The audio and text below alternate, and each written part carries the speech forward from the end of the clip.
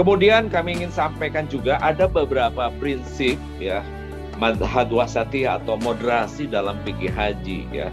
Tadi di awal saya sudah katakan berlakunya hukum azimah atau yang standar dengan hukum rukhsah. Jadi implementasi moderasi manasik dalam manasik haji ini pertama ada di situ yang azimah, ada yang rukhsah. Jadi tidak selalu orang diharuskan untuk mengambil yang standar atau azimah, tapi di kala-kala tertentu boleh juga kita mengambil yang rukhsah ya. Contoh begini.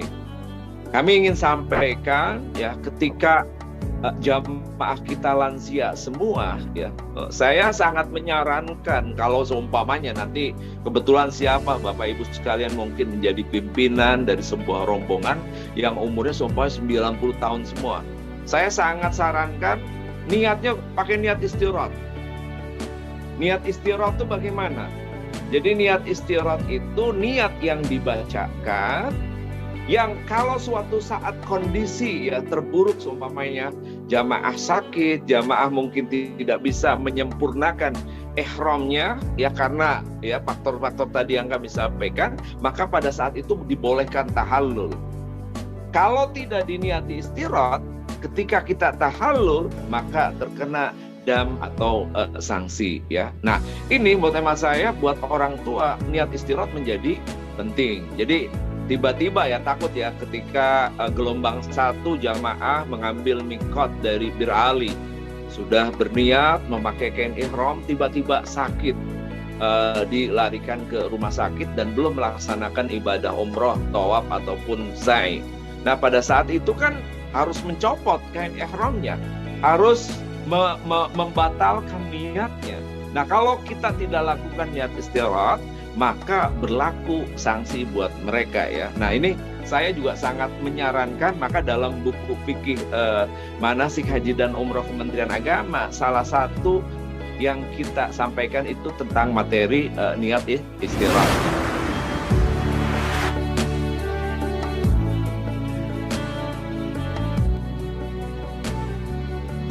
Kemudian berpindah dari pendapat yang berat kepada pendapat yang lebih ringan. Mungkin ada sebagian orang yang suka yang berat-berat, Gus, ya.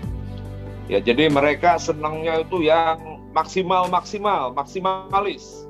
Tapi kita juga tidak boleh menutup mata bahwa ada kelompok tertentu yang tidak bisa dipaksakan mereka untuk maksimalis.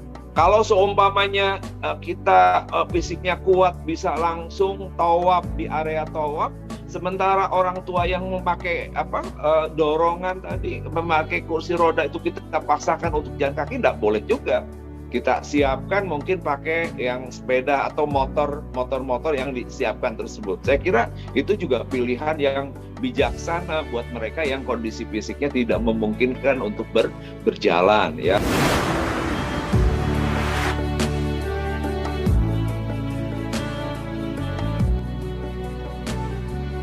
Kemudian mempertimbangkan konteks juga ya. Mempertimbangkan konteks itu begini. Jadi dalam kondisi kemarin contoh ya, ketika COVID-19 berlaku ya, di Arab Saudi itu ada satu amal ibadah yang dianggap sunnah di periode sebelumnya, tapi di saat itu tidak diperbolehkan, bahkan ditutup dan dijaga. Apa? Mencium hajar aswad. Coba mencium hajar aswad itu kalau di luar musim pandemi COVID-19, orang berebut untuk mencium hajar aswad.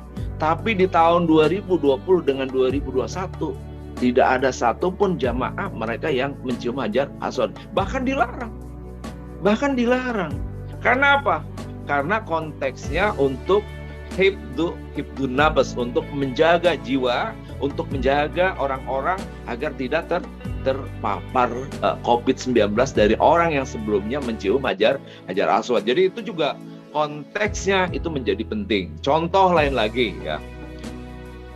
Ketika tahun 2020 dan 2021 ada pandemi COVID, Saudi mengambil kebijakan tidak menerima jamaah dari luar Arab Saudi ya.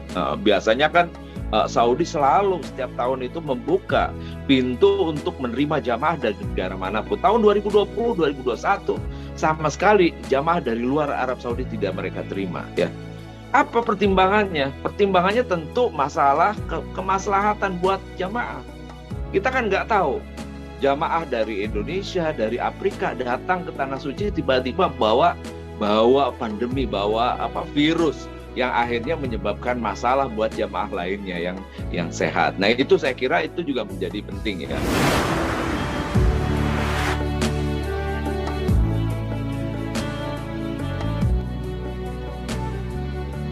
Kemudian beralih dari satu madhab kepada madhab lain ini. Ini dalam kondisi haji yang tadi saya sampaikan, kondisi orang harus berkumpul di waktu yang sama dalam jumlah yang besar, itu pilihan-pilihan pendapat menjadi hal yang boleh saja.